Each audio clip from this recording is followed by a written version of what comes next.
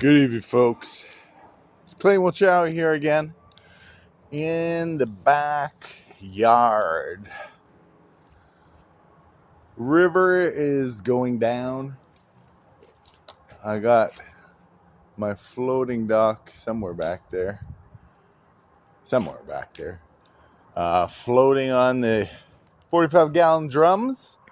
And this video today is going to be dedicated to my buddy Kev, because we're talking about a primitive cooking tripod for the fire. I made this probably the other week. So as you can see, I've got my fire going in the backyard and this tripod. So I wanted to have something to, sorry, I'm getting used to, need to rotate and reverse.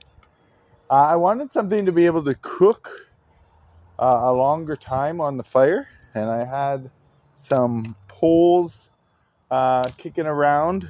I used my bush auger. Oh, I see this one. I've just moved the tripod, so I gotta put it back. I have drilled a hole for the notch, but I made the fire a little too big to start, so I had to move it fairly quickly. I did also make a frame at the top, and I've held that together. The reason why it didn't come apart when I did move it, but with some gauge of wire, it's almost too thin to be considered snare wire, maybe more gardening wire. I've got just a pole or post laying across the side, and then I just repurposed some old chain and found a hook in the garage that I will heat up so I can burn myself on it. No, I'm going to have it in there that long. It's nice. I can hook it over onto one of the sides.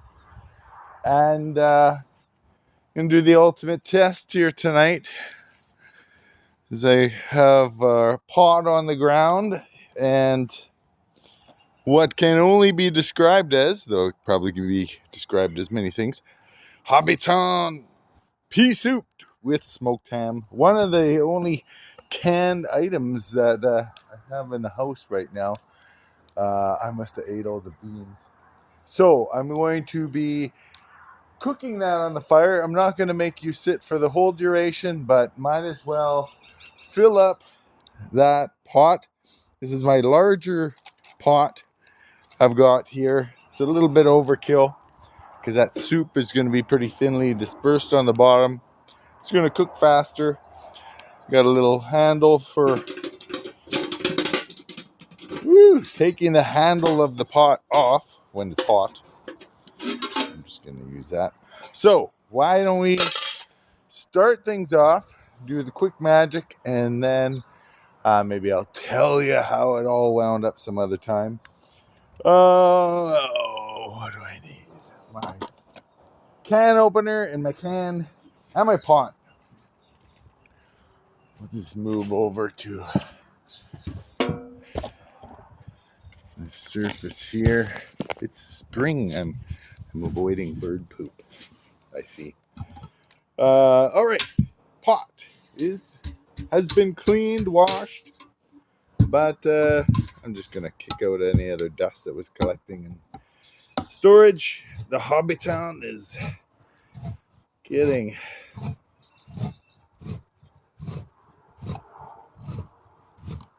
cut open, cutting through steel at the moment, so I can access the wonders of this soup. Ooh, doesn't look great. I know it's not expired or anything. Like, this was bought at a legit store. Just give me a sec as I get the big spoon.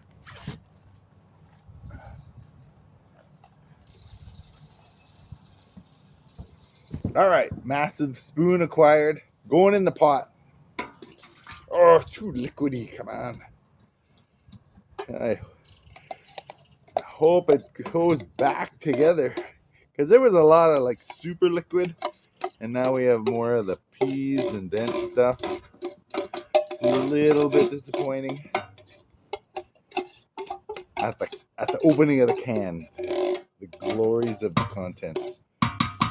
All right, I'm going to. Oh, gotta show you. Watch this kind of. All right, lining it up. Oh, I don't know if you get that watery value there. That's how it all be mixed up, stirred together.